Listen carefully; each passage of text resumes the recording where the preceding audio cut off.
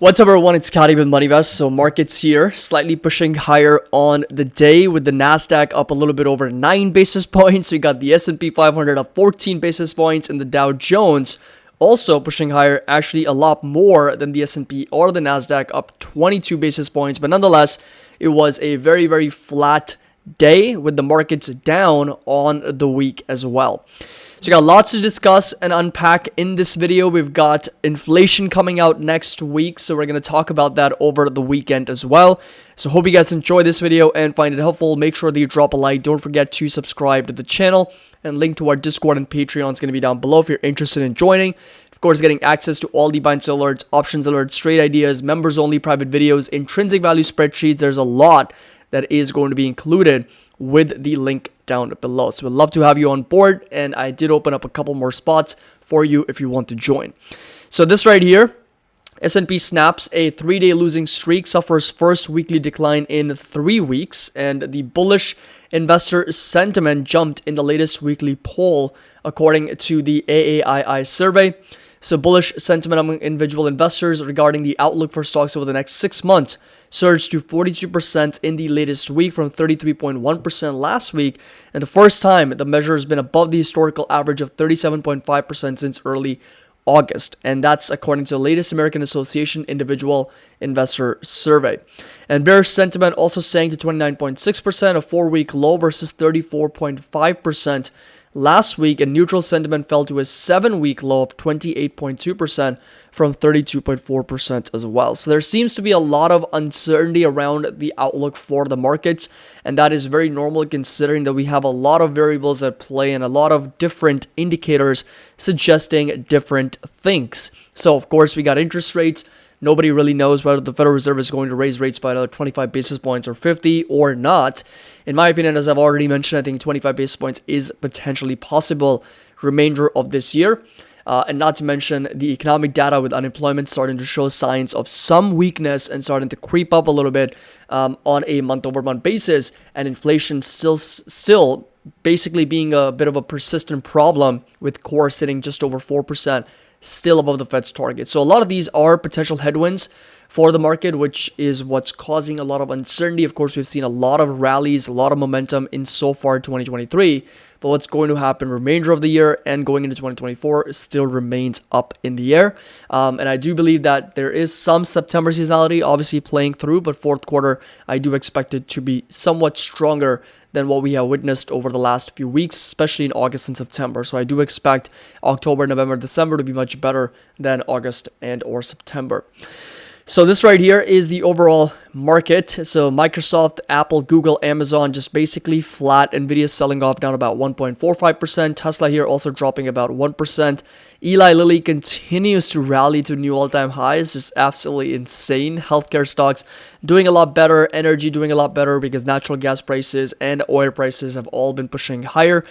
We did have financials slightly up, and then a little bit of consumer defensives, cyclicals, and utilities doing much better as well. So this right here, the entire day, so energy, utilities, comm services, financials, defensives, all pushing higher with materials, cyclicals, real estate, industrials pulling back. And in the last 1 week and last 1 month, energy and technology are the ones that are leading the way, especially in the last 1 week. Energy is the only sector that is green. Everything else is straight up red and down.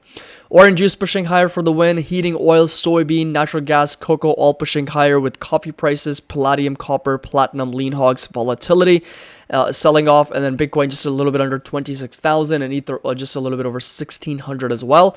And Modi and Biden pledged to deepen India-US partnership as whole world leaders descend on Delhi for G20 summit. So the G20 summit is going to take place this weekend. There's going to be a pretty busy weekend. If there's any updates that come out, I will definitely be putting that out in other videos and updates.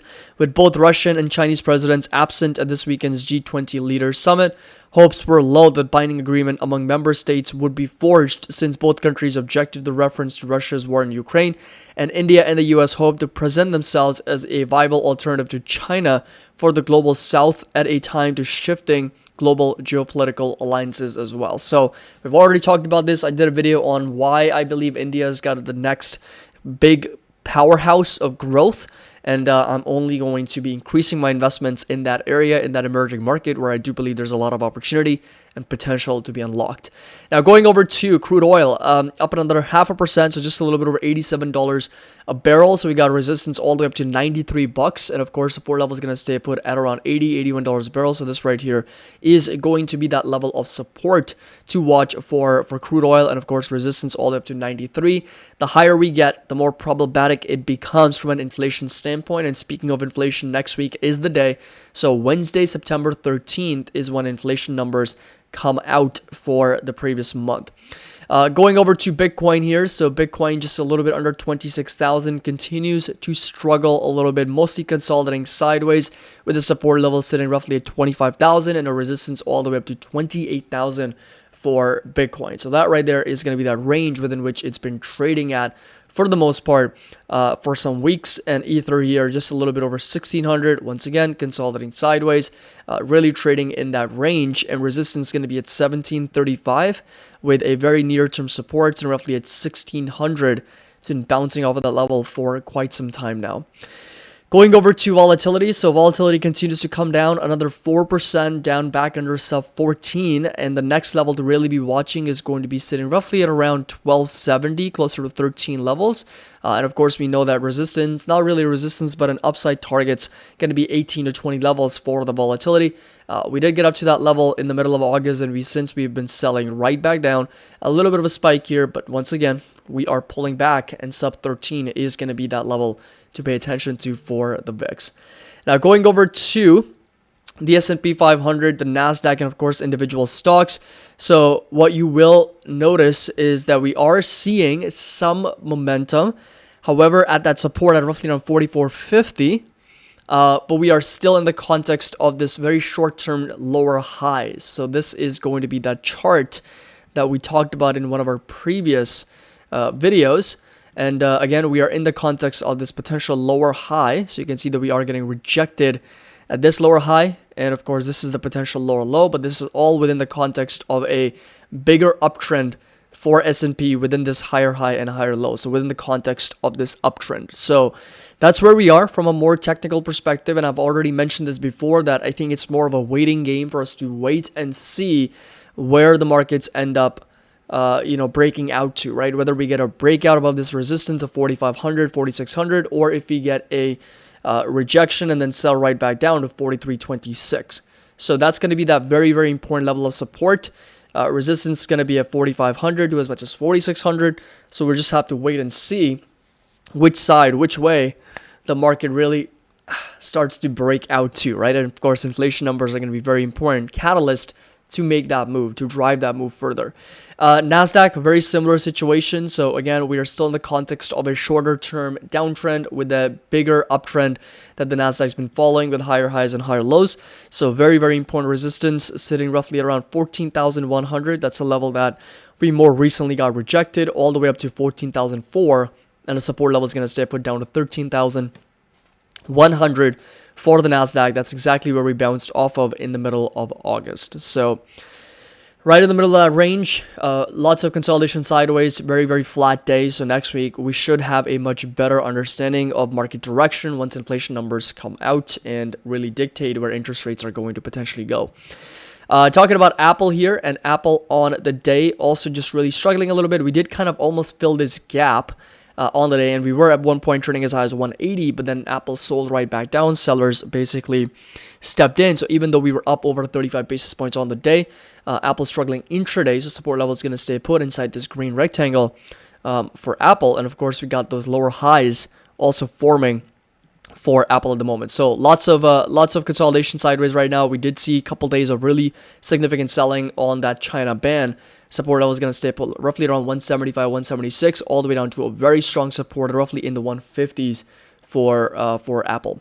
Talking about Amazon, and Amazon here continues to see some moves to the upside back over 138. So seeing a lot of momentum back up, and resistance is going to stay put up to 146 for Amazon. So this right here is going to be that level to watch with a support obviously sitting at this higher low all the way down to as low as 126 for Amazon as well. So this right here, very nice support. I would love to dollar cost average a little bit more into Amazon at better prices. Maybe buy a few shares at these levels, but of course, we'll dollar cost average a lot more aggressively. Sub 120s, sub 100s would be absolutely incredible for Amazon.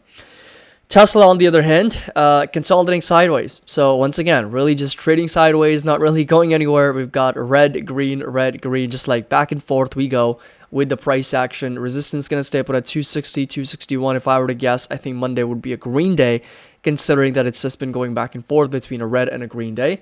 And support level is going to stay up roughly around 242 for Tesla at the moment. So right now, lots of consolidation sideways in that range within which we're trading at. Talking a little bit about NVIDIA now. NVIDIA continues to see some weakness, and once again, we're down below that 21 EMA, trading below that level. Next support really is going to be down to $401. As we already know, that's a very, very important level of support to watch for NVIDIA. So this right here, there may be 10 to 11% sell-off for NVIDIA is possible, and resistance all the way up to this higher high, sitting roughly at $542. That's going to be pretty much inside this higher high, higher low pattern, kind of in line with that resistance for NVIDIA. Support level is going to be in the low 400s. Talking about advanced micro devices, and AMD here also down about 0.5%. It's got a very similar price action to a lot of these companies. So this right here is going to be that support. And in case we break down, wouldn't be surprised to see us back below $100. So sub $100 would be a very nice opportunity for us to sell some puts on advanced micro devices and maybe get down to as low as $80. That's going to be my fair value for advanced micro devices. We're still in the context of this uptrend, but right now a very, very nice short-term downtrend also being formed by AMD, making lower highs and lower lows. Talking about PayPal, and PayPal here on the day continues to sell off, down about 1%, just back under $61, and resistance is going to be at this green rectangle that we talked about in our previous videos, sitting roughly at around $68 to $71, and a support, very strong support, sitting roughly at 57. So this right here is going to be that level to watch. And PayPal, as we know, has just been trading sideways for the most part. Square was the one that really got sold off pretty aggressively on the day today, right? So down about 5% for Square here. And this right here, service outages, it seems like. And the stock was down 4.9% in the morning trading. Shares have been falling 15% so far this year. And shares of Block, the corporate name for the payment platform Square, edged lower amid widespread outages on Thursday and Friday. So that's pretty crazy. And services are steadily regaining their functionality, is what they also mentioned on Twitter on Friday morning. But this right here is going to be that, of course, that area of demand and a very strong area of support. That's exactly where we've bounced off of time and time again. So I wouldn't necessarily just write it off yet until, of course, we break down below 50. I know that we've seen a couple more downgrades as well for Square, but this is still a very strong support level to watch for Square. That's sitting roughly in the low 50s for this company. Talking a little bit about Meta Platforms, and Meta here also continues to trade sideways. It was trading as much as $305 for the last couple of days. Actually, Meta has seen it trade back up to $305, $307, only to sell off pretty aggressively back down to sub 300. So still in the context of this downtrend, so lower highs and of course lower lows over here for Meta. And next support really is going to be down to 257, 258 for the company. We're still in the context of this lower high and lower low, in my opinion, just really trading down to this 21 EMA and consolidating sideways a lot. Netflix, on the other hand, just consolidating sideways as well, not really going anywhere, so there's no clear market direction as opposed to just trading sideways. And you can see that we have just been going up, down, up, down, up, down, up, and then potentially down in that range between 458 and 410 as being the resistance and the support respectively for Netflix. Talking about Google, and Google here pushes higher, 137.20, once again up over 73 basis points. My calls do expire on September 15, so we'll see what happens next week. Got 6 more days, and support level is going to stay put roughly around 131, 132, with a resistance all the way up to as much as 144.38. So that right there is going to be that resistance at that next target, with the support level staying put at roughly around 131, 132, all the way down to 127 for Google. Talking about Microsoft, and Microsoft also pushing higher, a little bit over 1.3%. Still, I would say in the context of this downtrend, so still making lower high and a potential lower low. We'll continue to monitor what Microsoft ends up doing and whether we get up to 351 or higher and a new all-time high, or if we start to see some pullback and some of that momentum kind of starting to stall, considering that Microsoft also is one of the best performing stocks of 2023, and it's only so much liquidity that can carry forward for the entire market. So 37.5% green on the year. And finally, we got Shopify and Enphase, and Shopify here selling off a little bit makes sense, starting to fill that gap to the downside. We got up to that resistance, so it's no surprises that we are getting a bit of a rejection at $67 per share. Next support level is going to be staying down to 54. And finally, we got Enphase, ENPH, and Enphase did have a weak day, down about 1.6%, at one point trading sub 120s, and again sitting inside this good deal area for Enphase at the moment, and resistance is going to be all the way up to as much as $128 per share, with the support level of course sitting inside this green rectangle in the 100s, low 100s for Enphase. So hope you guys enjoyed this video and a complete update for the markets. Next week is the big week because we've got inflation numbers coming out. We've got the Federal Reserve later this month. So it's going to be quite interesting. Hope you guys enjoyed this video, found it helpful. Make sure that you drop a like, subscribe to the channel. I did open up a few more spots for our Discord and Patreon if you want to take advantage of that. Link's going to be down below in the comment section and the description as well. Happy investing. I'll see you all in the next video.